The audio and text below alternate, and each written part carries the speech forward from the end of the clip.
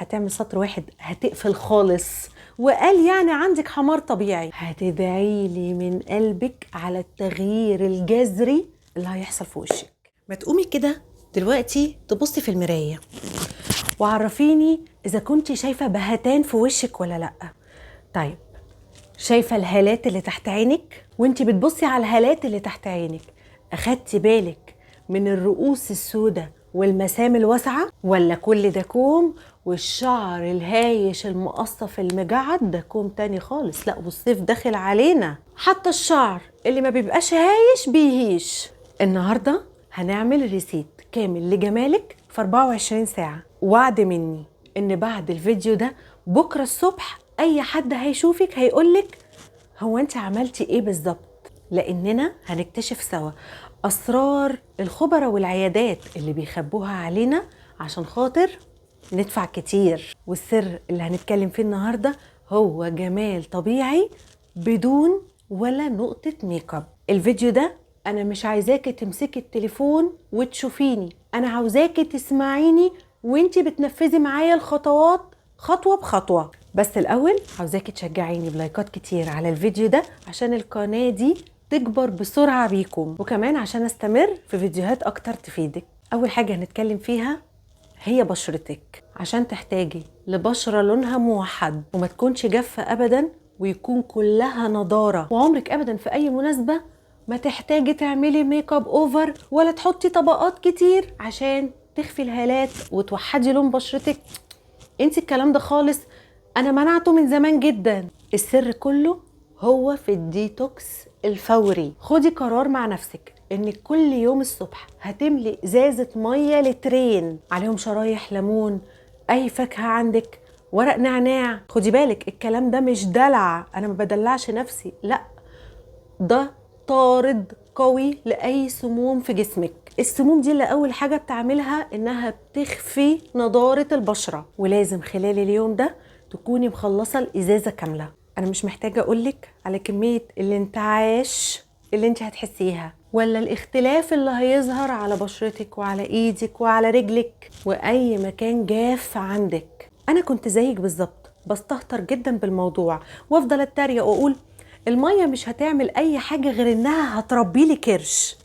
اللي اكتشفته بعد كده ان اللي حصل العكس تماما، ان المية كانت السبب الرئيسي في ان بطني نزلت حتى بعد ما ولدت ولدتين ورا بعض قيصرية. يعني انتوا متخيلين؟ المية كانت العامل الرئيسي في ان الكرش يختفي تماما. وطبعا انا كنت عملت لكم فيديو كامل بالتفصيل عن الموضوع ده، هسيبه لكم في اول تعليق مثبت. عملتي الديتوكس حالا ولا لا وانتي بتشوفيني؟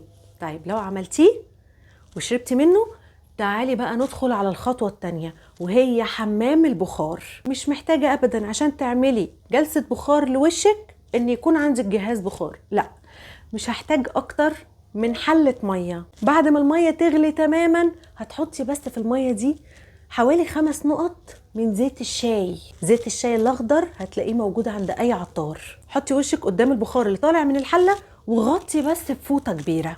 المسام حرفيا كلها هتتفتح وبشرتك هتتنفس. عاوزاكي بقى تشوفي لي الفرق هنا بين بشرة بهتانة وبشرة عملت مساج بمكعب تلج بعد جلسة بخار. المسام بتتقفل، الوش بيتشد، والنضارة فوراً بتبان فيه. يعني انت لو بتشوفيني وعملتي الخطوة دي دلوقتي حالا انت هتلاحظي الفرق في بشرتك. لو انت بقى من الناس اللي وشها بيكون معظم الوقت منفخ او الوش نازل لتحت شوية في ترهل، يبقى فوراً لازم تعملي مساج التصريف الليمفاوي.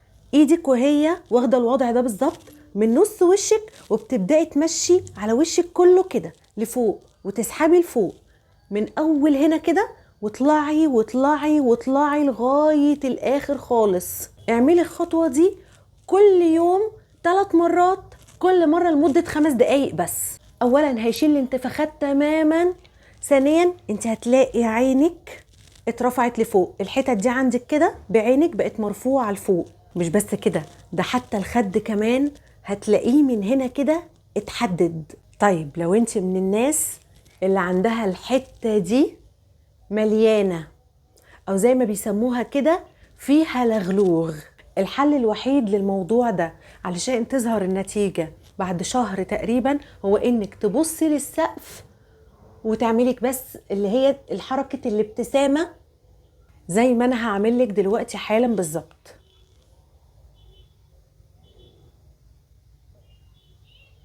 في وقت قريب جدا بالحركة دي هتلاقي رقبتك طولت ورقبتك بانت. اعملي الحركة دي على مدار اليوم من 4 ل5 مرات، كل مرة حركة الفك تعمليها 20 عدة، وهتلاحظي الفرق في خلال شهر مثلا ولا أجدعها عملية. أصلا حتى لو انت من الناس اللي ناوية أو بتفكر تروح تعمل العملية بتاعت اللغلوغ، فأنا عاوزة أقولك إن كل الناس اللي عملتها بترجع لها تاني. الماسك اللي لو دخلتي حالا عملتيه وهيفتح بشرتك تفتيح فوري من 2 ل3، وهو اللي ملهوش منافس أبدا، ماسك النشا على مية الورد. ولو انت وشك رفيع جدا ضيفي بس خميرة. الماسك ده حرفيا سحر في التفتيح وشد البشرة، وقلت لكم برضو في فيديو قبل كده ان هو ده الماسك الوحيد اللي انا بستخدمه عشان يفتح بشرتي ويشدها. برضو هسيب لكم الفيديو اللي عملت فيه الماسك قدامكم في اول تعليم مثبت. ماشي يا سهى، بس اللي بيخليني احط كونسيلر واحط طبقات وثبت ببودر وحاجات كتير قوي قوي على بعضها هو ان عندي هالات ظاهرة جدا. اولا تظبطي نومك، ثانيا تبعدي التليفون عن عينك، وثالثا وده الاهم انك تجمدي دلوقتي حالا اكياس شاي في الفريزر لمدة 10 دقايق بس، وطلعيها من الفريزر حطيها على عينك. الكافيين سحر، بيقبض الأوعية الدموية وبيشيل أي هالات. مرة واحدة كل أسبوع لازم نعمل تقشير ثلاثي. السكراب ده هو مش بس تقشير يشيل الجلد الميت، لا، السكراب ده بيشيل الجلد الميت وبيعمل ترميم. معلقة سكر بني ومعلقة عسل نحل، ولو انت من الناس اللي بشرتها مش حساسة حطي نقطتين ليمون. هتدعيلي من قلبك على التغيير الجذري اللي هيحصل في وشك. ينفع بقى الوش يكون فاتح ويكون مشدود ويكون لونه كله موحد، وما يبقاش وشي محمر كده ومورد، وما احسش ان دايما وشي بهتان ومش بتنت. لا، كفايه التنت اللي كل يوم بتقومي تحطيه بس عشان خاطر تحسي ان بشرتك منوره وقال يعني عندك حمار طبيعي. الوصفه اللي هقولها لك دي هي وصفه سحر، انا بسميها وصفه الغلابه، بس المفعول بينافس اي براند عالمي. هاتي بنجرايه متوسطه، قشريها وقطعيها لمكعبات صغيرة قد مثلا عقلة الصباع، حطيها في حلة على النار وحطي عليها نقول مثلا نص كوباية مية، من نص كوباية لكوباية. المهم ان انا عايزة المية تكون قليلة جدا، انا مش عاوزة عصير بنجر، لا، انا عاوزة اخد في المية دي خلاصة البنجر.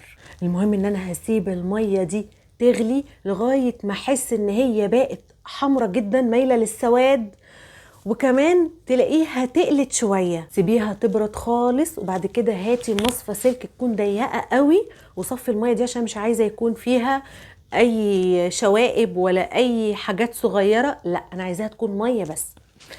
هاتي بقى عبوة فازلين صغيرة، حطيها، هاتي اصغر حجم خالص، حطيها في كوباية مية سخنة لغاية ما الفازلين اللي جوه ده يسيح خالص يكون شبه الزيت. هاتي بقى مية البنجر بتاعتك بس بعد ما تكون بردت نهائي، وحطي منها معلقة صغيرة على الفازلين وقلبي بالخلة بسرعة.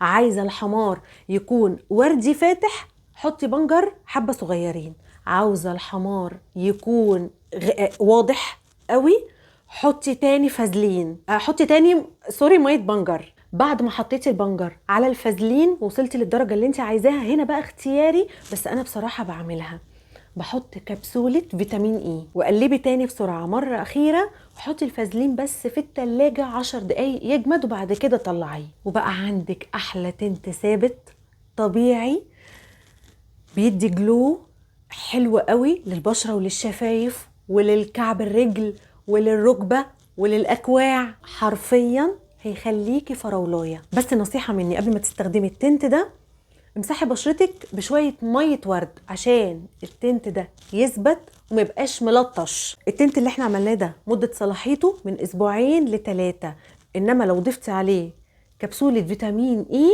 هيطول معاكي شويه. بس اعملي زي كده في كل الحالات. انا بعمل عبوه صغيره وبتخلص بسرعه واروح عامله تاني بعدها، اللي هو بعمل اول باول. تاني حاجه بعد جمال بشرتك بيدوا لوشك كده سحر وجمال طبيعي، وبيخلوكي دايما اي حد يشوفك يديكي سن اقل من سنك، وهم ايه؟ الرموش والحواجب. بصي، الرموش الطويله والحواجب الكثيفه بتغير شكل الوش نهائي، وفعلا بتخلي اي حد يشوفك يديكي سن اصغر من سنك. انا على فكره زي ما انتم بتلاحظوا كده، ناس كتير علقت على حواجبي ان انا مثلا برسمها، اللي انا بحط فيها حاجه. ابدا، انا بحب اسيبها زي ما هي كده. ما بحبش يعني اخليها رفيعه او اخليها متحدده، لا، زي ما هي كده. وللعلم انا من الناس اللي اصلا لو سبت حواجبي هتعمل سطر واحد هتقفل خالص، ولو عايزه اعرضها اكتر من كده هعرضها. بس حلو قوي كده، يعني خير الامور الوسط برضو. بدل بقى المسكره اللي كل يوم تفضلي تنحتي في رموشك وتحطي منها، ليه؟ ممكن تجيبي اي عبوه مسكره فاضيه عندك وامليها زيت خروع على فيتامين اي، وكل يوم حطي منها على اطراف رموشك. بس خدي بالك، زيت الخروع بيضعف النظر جدا جدا، فانت لما هتحطي على رموشك هتحطي على الاطراف، وعلى حواجبك بقى حطي براحتك عادي. اسبوع واحد بس وهتلاحظي كثافه رهيبه. عودي نفسك بقى دايما انك لما تيجي تسرحي حواجبك سرحيها لفوق، خليها واقفه لفوق. يعني ما تسرحهاش اللي هي تبقى الشعرايه نايمه، لا، خلي الشعرايات عندك واقفه. سرحي حواجبك لفوق دايما بصابونه جليسرين، عارفه هيديكي مظهر الليفتد كده، اللي هو هيخليكي دايما صغيره في السن. وحتى لو انت من الناس اللي حواجبها مش عريضه، التسريحه دي هتدي فوليوم للحواجب وهتدي عرض ليها. سنانك، لو انت من الناس اللي زي كده بتشرب قهوه كتير، كافيين كتير، وبيحصل تصبغات عندها في اسنانها، فبرشامه فحم من الصيدليه تعملي الحركه دي مرتين بس في الشهر. يعني مثلا اسبوع واسبوع تطحني برشامه الفحم، تاخدي بالفرشه تدعكي اسنانك كويس جدا. وممكن برضو بدل برشام الفحم تحطي كربوناتو على ليمون، بس خدي بالك هي بتبيض السنان حلوه جدا وبتنضفها، بس بتلتهب اللثه جدا، فعشان كده انا بفضل برشام الفحم احسن. الحل الوحيد لشعرك لو هايش او مقصف او ناشف او مجعد او ما بيطولش خالص، هو حاجة بسيطة قوي بس احنا اللي بنصعبها على نفسنا. حمام الزيت بس بيكون محتاج استمرار شوية. هتحطي حمام الزيت على شعرك مرتين بس في الاسبوع قبل ما تغسلي شعرك بساعتين. يعني مش لازم الشعر يكون مبلول، لا عادي، عشان السؤال ده جالي كتير قبل كده. بصي، الحركة دي بس لوحدها من غير اي اضافات تانية هتودي شعرك في حتة تانية خالص. ويا سلام بقى لو بعد حمام الزيت لفيتي شعرك دوامة، شعرك حرفيا هيكون حرير.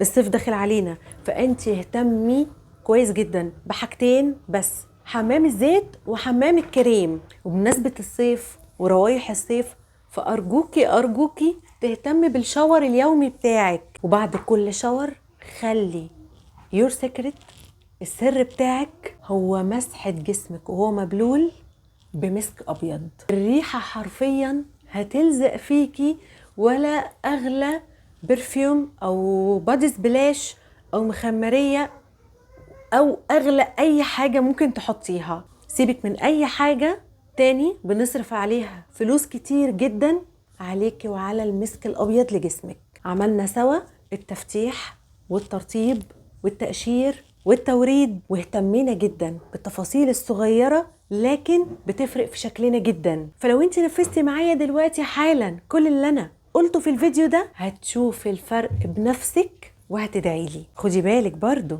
ان جمالك هو مش بس وش حلو، ده مشيتك ووقفتك. افردي ظهرك دايما، ارفعي راسك وخلي اي حد يشوفك يعرفك او ما يعرفكيش يعرف ان انت واثقة جدا في نفسك، لان ثقتك في نفسك انت هي اللي هتخلي كل اللي حواليكي يقدروكي فعلا ويشوفوكي ملكة جمال. كل التفاصيل الصغيرة اللي احنا ركزنا عليها في الفيديو بتاع النهاردة احنا بس اللي بنشوفها في نفسنا، مفيش اي حد تاني ابدا بياخد باله منها. اي حد تاني هيشوفنا فهو هيشوف الغلاف بس الخارجي، وانت بايدك يتوصلي اللي قدامك انك كده او انك كده. لو جربتي الاسرار دي اكتبي لي في الكومنتات، عرفيني ايه هي اكتر حاجة فرقت معاكي. اوعي تنسي تشتركي في القناة لو انت لسه مش مشتركة عشان نوصل للحلم سوا، واشوفك ان شاء الله في فيديو جديد وانت احلى ست في الدنيا كلها. ويلا سلام.